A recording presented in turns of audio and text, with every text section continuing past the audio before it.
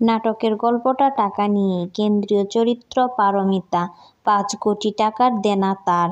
দেনা শোধ করতে না পারলে ভালোবাসার মানুষ, সংসার ও বাবার সম্মান সব হারাতে হবে পারমিতাকে। হাতের পাঁচে চ্যাম্পিয়ন হয়ে ১ কোটি টাকা জোগাড় হয়েছে। সেই ১ কোটি টাকা নিয়ে নিজের ব্যবসা দাঁড় করিয়ে রাতারাতি ৫ কোটি টাকা আয়ের যে স্বপ্ন দেখেছিল পারমিতা, ধীরে ধীরে তা মরীচিকা হয়ে যাচ্ছে। সেই সময়ে বন্ধু সৌরভ নিয়ে আসে দারুণ খবর, এক বিদেশি ব্যবসায়ী রিয়েলিটি শো হাতের পাঁচে চ্যাম্পিয়ন ডিজাইনার পারমিতাকে খুঁজছে একটা বড় প্রকল্পের জন্য। ১ কোটি টাকাকে ৫ কোটি টাকা বানানোর এটাই হয়তো শেষ সুযোগ পারমিতার। ধারাবাহিক নাটক দেনা পাওনা গল্প এগোয় এ প্রশ্ন নিয়ে, পারমিতা কি আন্তর্জাতিক পর্যায়ের এত বড় একটা প্রকল্পের কাজ করার সুযোগ পাবে? সেই প্রকল্পের কাজ করে ৫ কোটি টাকা দেনা শোধ করা কি সম্ভব হবে?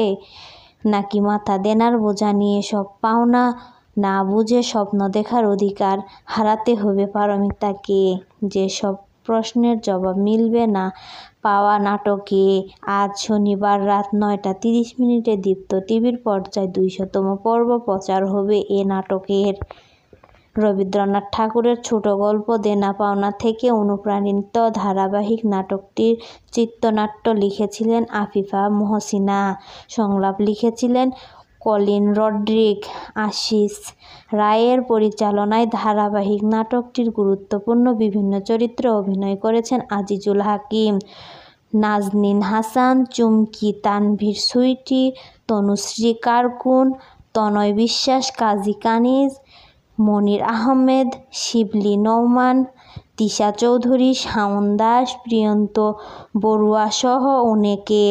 ধারাবাহিকটি প্রতিদিন রাত ৯টা ৩০ দীপ্ত টিভিতে প্রচারিত হয়। এছাড়া দীপ্ত প্লে ও ইউটিউবে দেখা যাচ্ছে রাত ১০টায়।